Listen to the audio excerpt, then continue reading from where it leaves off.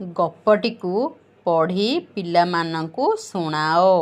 ଦିବ୍ୟାଂଶୁ, ଗପ ଶୁଣିବା।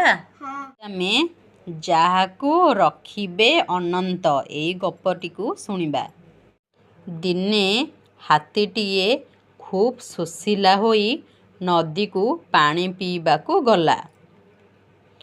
ପାଣି ପିଇବା ପାଇଁ ସେ ଶୁଣ୍ଢଟିକୁ ପାଣି ଭିତରକୁ ବଢ଼ାଇ ଦେଲା।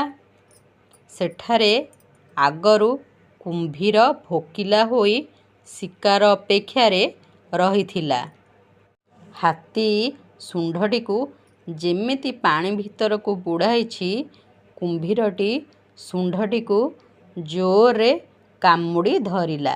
ହାତୀଟି ଯେତେ ଚେଷ୍ଟା କଲେ ମଧ୍ୟ ଶୁଣ୍ଢଟିକୁ କୁମ୍ଭୀର କବଳରୁ ଛଡ଼ାଇ ଆଣିପାରିଲା ନାହିଁ। ହାତୀଟି ଜୀବନ ବିକଳରେ କିଛି ବୁଦ୍ଧିବାଟ ନ ପାଇ ଭଗବାନଙ୍କୁ ଡାକିବାକୁ ଲାଗିଲା। ଭଗବାନ ଭକ୍ତିର ଡାକ ଶୁଣିପାରିଲେ। ସଙ୍ଗେ ସଙ୍ଗେ ସେ ତାଙ୍କର ଚକ୍ରଟିକୁ ଛାଡ଼ିଦେଲେ।